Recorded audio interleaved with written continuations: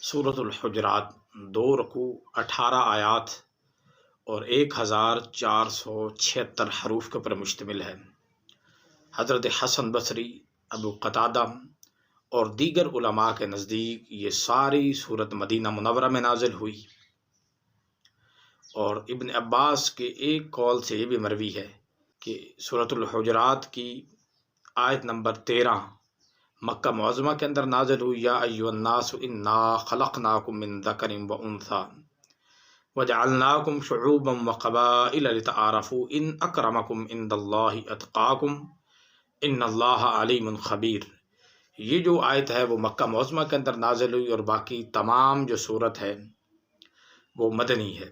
مدینہ کے اندر نازل ہوئی۔ سورت کی آیت نمبر 4 اس وقت نازل ہوئی جب بنی تمیم کا وفد آقا علیہ الصلوۃ والسلام کے ساتھ ملاقات کے لیے مدینہ منورہ میں آیا تھا،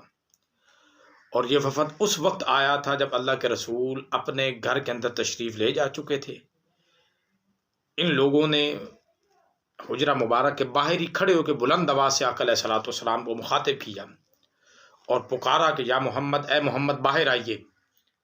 اور ان کی تنبیہ کے لیے اللہ رب العزت نے ان آیات کا نزول فرمایا۔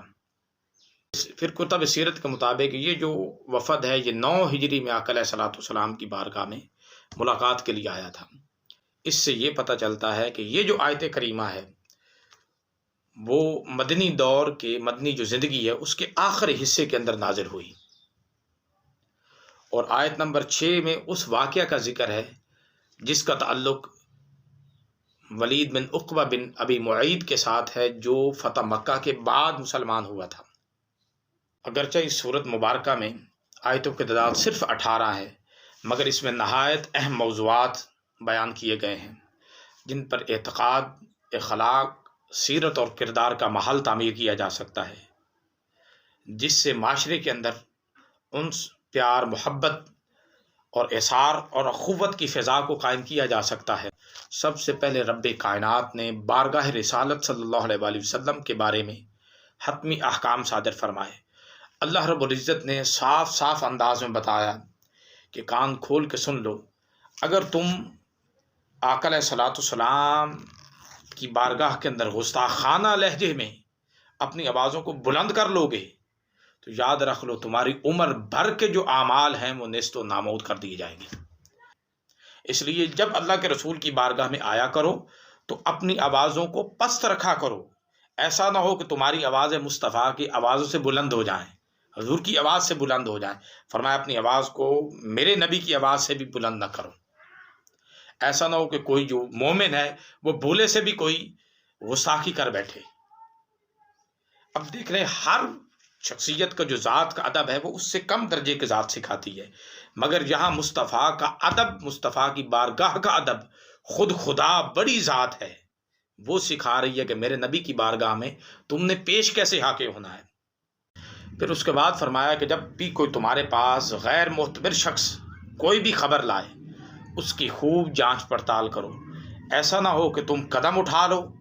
اور بعد کے اندر تمہیں شدید ندامت کا سامنا کرنا پڑے۔ صلوات والسلام کے اصحاب کے بارے میں فرمایا کہ ہم نے ایمان ان کے لیے اتنا محبوب بنا دیا ہے کہ اور ان کی آنکھوں میں اتنا داخل کر دیا ہے، ایسے آراستہ کیا ہے کہ وہ کسی غیر کو دیکھنا پسند بھی نہیں کرتے۔ میں تو یوں کہوں گا کہ اللہ رب العزت نے ایمان ان کے دلوں میں ایسے داخل کیا ہے کہ وہ کسی غیر کو دیکھنا تو دور کی بات، وہ اس طرف تصور بھی نہیں کر سکتے کہ کفر و فسوق ان کے لیے اتنا ہی ناپسند ہم نے کیا ہے کہ نفرت، بغض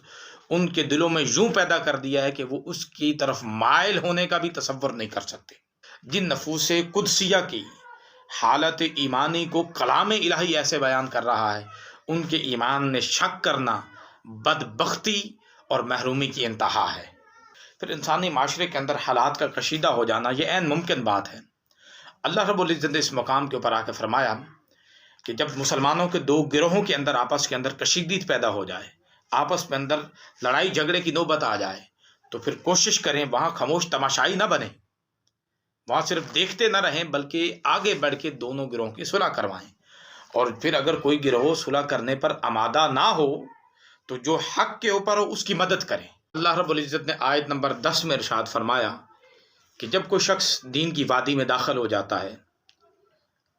دین اسلام کو قبول کر لیتا ہے، تو پھر کسی بھی نسل کا ہو، کسی بھی زبان کا ہو، کسی بھی خطے کا رہنے والا ہو، تو وہ اس اخوت اسلامی کے رشتے کے اندر آ جاتا ہے۔ پھر آیت نمبر 13 میں بھی اسی طرح کے ایک مضمون بیان فرمایا کہ اور ان جو باطل امتیازات ہیں جن کی وجہ سے انسان دوسرے کو اپنے سے جدا سمجھتا ہے، ان کو دفن فرمایا کہ انسان اپنے آپ کو دولت کی وجہ سے، زبان، رنگ، نسل کی وجہ سے مختلف گروہوں کے اندر ایک دوسرے کو تقسیم کرتا ہے۔ اس کے بارے میں ارشاد فرمایا کہ تم سب اولاد آدم ہو، آدم اور حوا کی سب تم لوگ اولاد ہو، تمہارے ہاں صرف وہی بلند ہے جو تقوی کے لحاظ سے تم میں بلند ہے، اس کا مقام بلند ہے۔ تمہاری جو قدر و منزلت ہے وہ حکومت نہیں ہے، وہ جدادیں نہیں ہے، وہ مال و دولت نہیں ہے، وہ صرف تقوی ہے۔ اور اللہ کے حضور صرف اسی کا مقام بلند ہوگا جو جتنا زیادہ پرہیزگار اور متقی ہوگا۔ آخر کے اندر آ کر ارشاد فرمایا کہ جو اہل ایمان ہیں وہ اپنی جانوں اور مالوں کے ساتھ اللہ کی راہ میں جہاد کرتے ہیں، اور جنہوں نے دین کو قبول کیا ہے انہوں نے کوئی احسان نہیں کیا، بلکہ اللہ رب العزت کا ان کے اوپر احسان ہے کہ خدا نے انہیں دین کو قبول کرنے کی توفیق عطا فرمائی ہے۔ فرماتا ہے میں جب کسی کے ساتھ بلائی کا ارادہ کرتا ہوں اسے دین کے قریب کر دیتا ہوں۔